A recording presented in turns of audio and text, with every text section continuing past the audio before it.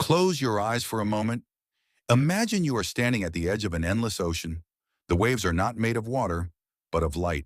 The sound you hear is not the crashing of tides, but the whisper of eternity calling your name. This call is older than your birth. It is the same call that once echoed in the realm of souls when your Lord said, "Am I not your Lord?" And you replied, "Yes, indeed." Every prophet came to awaken you to this ancient memory. And now in these verses, Allah is calling you again, not through a prophet standing before you, but through his own words alive, breathing, and eternal.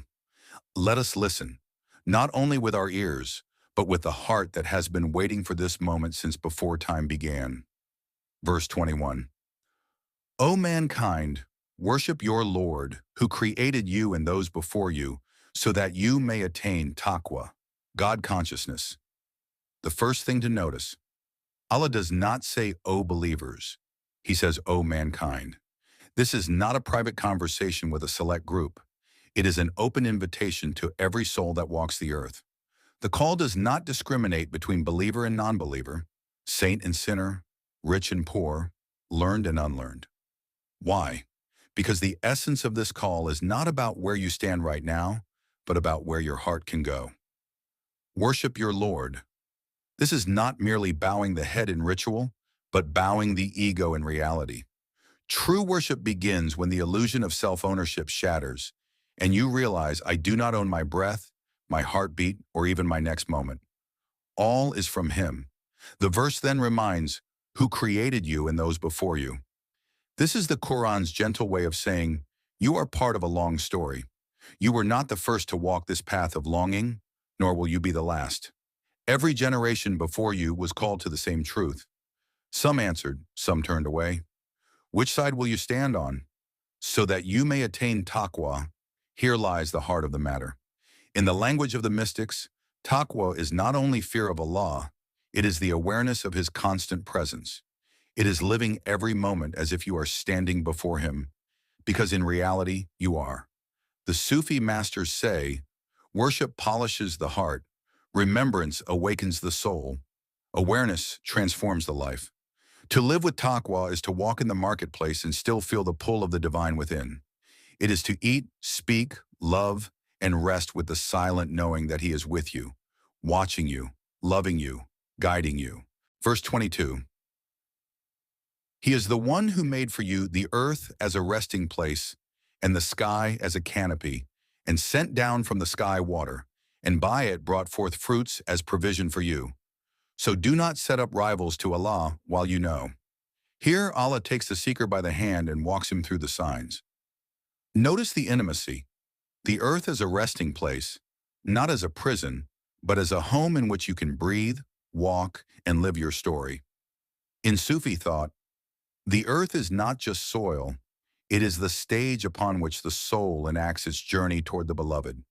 Every sunrise is a reminder, every mountain a witness, every breeze a messenger, the sky as a canopy.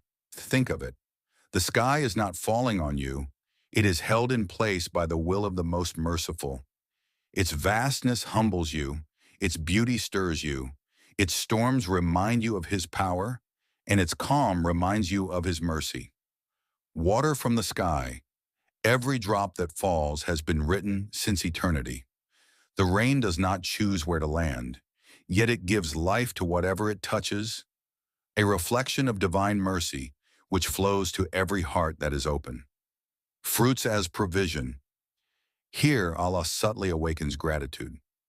Every grain, every bite, every taste is not just food. It is an act of generosity from the one who needs nothing from you. And then comes the gentle but firm warning. Do not set up rivals to Allah while you know. The Sufis interpret this beyond idols of stone.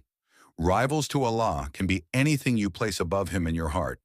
Money, ego, pride, even your own fears. Every time you trust something more than you trust Him, you are setting up a rival. In truth, this verse is asking, who is your ultimate reliance? When all else is stripped away, whose name is on your lips? A seamless flow between the two verses. If you listen closely, you'll notice the progression. Verse 21 calls you to worship and awaken. Verse 22 shows you why, by pointing to the signs that surround you every moment. This is the Quranic rhythm. First the invitation, then the evidence. The beloved does not demand without reason. He invites and then unveils his generosity so you may come to him not in fear alone, but in love and gratitude. Final reflections. Perhaps right now, as you hear these words, something inside you is stirring. That stirring is the echo of the ancient covenant. You were called before. You are being called again. The question is, will you answer with your life, not just your lips? If this journey awakens something in you, then don't let it end here. The Quran is not a book you finish. It is a conversation you live. Stay with me as we continue through Surah Al-Baqarah, uncovering the hidden treasures that have been waiting for you since before the day you were born.